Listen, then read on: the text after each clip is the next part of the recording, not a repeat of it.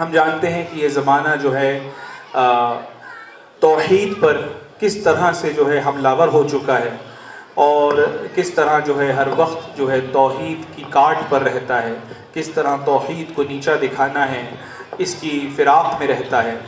اور ہمارے ننھے بچوں نے ایک ڈبیٹ کا رول پلے تیار کیا ہے، جہاں وہ آپ کو بتائیں گے کہ توحید اور شرک کے درمیان جب آپس میں بات ہوتی ہے تو کس طرح جو ہے توحید سب کچھ چھوڑ کر جو ہے سب سے اوپر اور بالا تر ہو جاتا ہے۔ تو بہت بہت زوردار تالیوں کے ساتھ جو ہے ہمارے بچوں کا استقبال کریں۔ Debate on monotheism and polytheism. چلیے۔ السلام علیکم ورحمۃ اللہ وبرکاتہ۔ یہ بحث دو نقطہ نظر پر مبنی ہے، سائنس اور مذہب۔ ایک طرف مونوتھسٹ توحید کو ماننے والے جو قرآن، وحی، ریویلیشن، کائناتی نظم و ضبط اور سائنسی حقائق، سائنٹیفک فیکٹس کے ذریعے اللہ کے وجود کو ثابت کرتے ہیں، اور دوسری طرف ایتھیزم جو نہ کسی خدا کو مانتے ہیں اور سائنسی دلائل کے ذریعے اللہ کے وجود کو انکار کرتے ہیں اور کہتے ہیں کہ کائنات خود بخود وجود میں آئی، اللہ یا الہی بستی موجود نہیں ہے۔ اس کے ماتحت کچھ سوالات کے جوابات بحث و مباحثہ ڈیبیٹ کیا جا رہا ہے۔ میرا سوال یہ ہے کہ سائنس نے اللہ کے وجود کو کیوں ثابت نہیں کیا؟ سائنس مشاہدے، آبزرویشن، تجربے، ایکسپیریمنٹ اور ثبوت ایویڈنس پر مبنی ہے، لیکن اللہ کا وجود سائنسی تجربات، سائنٹیفک ایکسپیریمنٹ سے ثابت نہیں کیا جا سکتا، کیونکہ خدا کو دیکھا نہیں جا سکتا اور اس کا کوئی مادی ثبوت، مٹیریل ایویڈنس موجود نہیں ہے۔ اللہ کے وجود کو مادی تجربات سے ثابت کرنے کی ضرورت نہیں، کیونکہ اللہ مخلوق کریشن نہیں بلکہ خالق کریٹر ہے۔ قرآن میں کہا گیا ہے وہ اللہ آنکھوں سے نہیں دیکھا جا سکتا لیکن وہ ہر چیز کو دیکھتا ہے۔ سائنس خود کائنات کے آغاز، the beginning of the universe, big bang اور اس کے نظم و ضبط کو کسی اعلیٰ طاقت کی موجودگی کی طرف اشارہ سمجھتی ہے۔ اگلا سوال یہ ہے، اگر اللہ ہے تو دنیا میں ظلم و ستم کیوں ہوتا ہے؟ اگر خدا موجود ہوتا تو ظلم و ستم اور برائی کو ختم کر دیتا۔ دنیا کی حالت ہی ثابت کرتی ہے یا تو خدا موجود نہیں یا وہ بے رحم ہے۔ اللہ نے دنیا کو آزمائش کے لیے پیدا کیا ہے اور انسان کو اختیار دیا ہے کہ وہ اچھائی یا برائی کا راستہ اختیار کرے۔ ظلم اور برائی انسان کے اعمال کا نتیجہ ہے، نہ کہ اللہ کی کمزوری۔ قرآن کہتا ہے ہم نے انسان کو آزمائش کے لیے پیدا کیا ہے۔ سورۃ البلد۔ ظلم و ستم آخرت میں جزا و سزا، ریوارڈ اینڈ پنشمنٹ کے نظام کی ضرورت کو ظاہر کرتا ہے۔ اگلا سوال یہ ہے کہ کیا خدا کا وجود، ایگزسٹنس آف گاڈ کو کائنات کے آغاز، بگننگ آف یونیورس کے ذریعے ثابت کیا جا سکتا ہے؟ بگ بینگ تھیوری یہ بتاتی ہے کہ کائنات ایک حادثے کے ذریعے وجود میں آئی، اس میں کسی خدا کی مداخلت کی ضرورت نہیں۔ قرآن کی اس بیان بگ بینگ تھیوری سے ہم آہنگ ہے۔ کیا کافی لوگوں نے نہیں دیکھا کہ آسمان اور زمین جڑے ہوئے تھے، پھر ہم نے انہیں پھاڑ دیا؟ یہ نظریہ اس بات کی نشاندہی کرتا ہے کہ کوئی اعلیٰ طاقت، سپریم پاور موجود تھی جس نے اس عمل کو شروع کیا۔ اگلا سوال یہ ہے، اگر اللہ ہے تو خود کو ظاہر کیوں نہیں کرتا؟ اگر خدا واقعی موجود ہے تو خود کو ظاہر، اپیئر کیوں نہیں کرتا تاکہ لوگ اس پر یقین کریں؟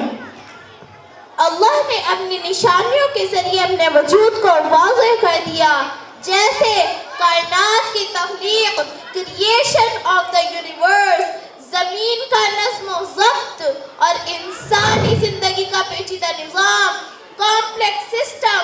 قرآن کہتا ہے ہم اپنی نشانیاں آفاق میں اور ان کے نفس میں دکھائیں گے۔ یہاں تک کہ ان پر واضح ہو جائے کہ یہی حق ہے۔ اللہ تعالیٰ نے انسان کو ایمان بالغیب کی آزمائش کے لیے پیدا کیا ہے۔ اگلا سوال یہ ہے کہ کیا خدا کا وجود انسانی ذہن کی پیداوار نہیں؟ کچھ ماہرین نفسیات سائیکولوجسٹ کہتے ہیں کہ خدا کا تصور انسان کے خوف، امید اور غیر یقینی حالات کی وجہ سے پیدا ہوا۔ جب انسان کو کسی سوال کا جواب نہیں ملا تو انہوں نے خدا کو فرض کر لیا۔ یہ دلیل غلط ہے، کیونکہ خدا کا تصور ہمیشہ انسانی ذہن کی پیداوار نہیں ہوتا، بلکہ وحی کے ذریعے آتا ہے۔ قرآن اور دیگر کتابیں انسان کے خود ساختہ خیالات سیلف میڈ تھاٹ نہیں ہو سکتی۔ مزید یہ کہ سائنس کی بہت سی دریافتیں خود کائنات میں ایک اعلیٰ ذہانت، ہائی انٹیلیجنس کی طرف اشارہ کرتی ہے۔ اگلا سوال یہ ہے، اگر اللہ ہر چیز پر قادر ہے تو کیوں نہیں سب کو سیدھے راستے پر لے آتا؟ اگر خدا واقعی ہر چیز پر قادر ہے تو کیوں نہیں سب کو صحیح راستے پر ڈال لیتا؟ کیوں کچھ لوگ نافرمان ڈس اوبیڈینٹ ہوتے ہیں؟ اللہ نے انسان کو آزاد مرضی یعنی فری ول دی ہے تاکہ وہ خود سے اچھائی اور برائی کے درمیان فیصلہ کرے۔ اگر اللہ سب کو زبردستی سیدھے راستے پر ڈال دیتا تو امتحان اور جزا و سزا، ریوارڈ اینڈ پنشمنٹ کا تصور ختم ہو جاتا۔ قرآن کہتا ہے، اور اگر تمہارا رب چاہتا تو زمین میں جتنے لوگ ہیں وہ سب ایمان لے آتے۔ اگلا سوال یہ ہے کہ اگر ہر چیز کو اللہ نے پیدا کیا تو اللہ کو کس نے پیدا کیا؟ اگر ہر چیز کا کوئی خالق کریٹر ہے اور اگر اللہ نے دنیا بنائی تو پھر اللہ کو کس نے بنایا؟ یہ سوال اس غلط فہمی پر مبنی ہے کہ ہر چیز مخلوق کریشن ہے۔ اللہ مخلوق نہیں بلکہ خالق کریٹر ہے۔ وہ اول، سب سے پہلا اور آخر باقی رہنے والا ہے۔ سائنس میں بھی کچھ چیزیں بنیادی فنڈامنٹل سمجھی جاتی ہیں، جیسے توانائی، انرجی اور قوانین فطرت، لاس آف نیچر، جن کے پیچھے کوئی اور سبب نہیں ہوتا۔ اللہ ان سب کا خالق ہے اور وہ خود کسی کا محتاج نہیں۔ قرآن میں ہے، کہہ دو وہ اللہ ایک ہے، اللہ از ون، اللہ بے نیاز ہے، نہ وہ کسی کا باپ ہے، he is not anyone's father، اور نہ کوئی اس کا باپ، and no one is his father، اور اس کے برابر کوئی نہیں۔ اور اگر یہ مان لیا جائے کہ ہمارے کریٹر کا بھی کوئی اور کریٹر ہے تو یہاں ایک فیکٹوریل پرابلم شروع ہو جائے گی کہ اس کو بھی کسی اور نے بنایا اور اس کو بھی کسی اور نے بنایا، اور یہ سلسلہ چلتا چلا جائے گا اور اس کا کوئی اینڈ ہی نہیں ہوگا۔ اور یہ بات میتھمیٹیکلی ایک رانگ اسٹیٹمنٹ ہے اور یہ ایک illogical فنکشن بن کر رہ جائے گا۔ تو الٹیمیٹلی کسی ایک کریٹر تک پہنچ کر یہ ماننا پڑے گا کہ یہی وہ کریٹر ہے جس سے پہلے کوئی خالق نہیں، کوئی کریٹر نہیں۔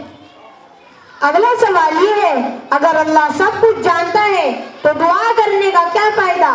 اگر خدا پہلے سے ہی سب کچھ جانتا ہے اور جو ہونا ہے وہ ہو کر رہے گا تو دعا کرنے کی ضرورت کیوں؟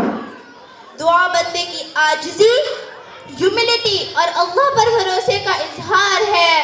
دعا اللہ نے انسان کو اختیار دیا ہے اور دعا اختیار کا ایک حصہ ہے۔ دعا تقدیر بدل سکتی ہے اور اللہ کی رحمت کو حاصل کرنے کا ایک ذریعہ ہے۔ قرآن کہتا ہے، تم مجھ سے دعا مانگو میں تمہاری دعا قبول کروں گا۔ یہ بحث اکثر عقیدے بمقابلہ تجرباتی ثبوت، ایکسپیریمنٹل ایویڈنس کے درمیان پھنس جاتی ہے۔ عقیدے کی بنیاد روحانی تجربات اور وحی پر ہوتی ہے، جبکہ الحاد دین کی بنیاد مادی شواہد، میٹیریل ایویڈنس اور منطقی لاجیکل ایویڈنس پر ہوتی ہے۔ سائنس اور قرآن میں تضاد نہیں بلکہ ہم آہنگی ہیں۔ سائنس کائنات کے کیسے، ہاؤ کا جواب دیتی ہے، جبکہ مذہب کیوں، وائی کا جواب دیتا ہے۔ حقیقی جواب ہر فرد کے اپنے عقیدے اور تجربات میں پوشیدہ ہے۔ السلام علیکم۔ السلام علیکم۔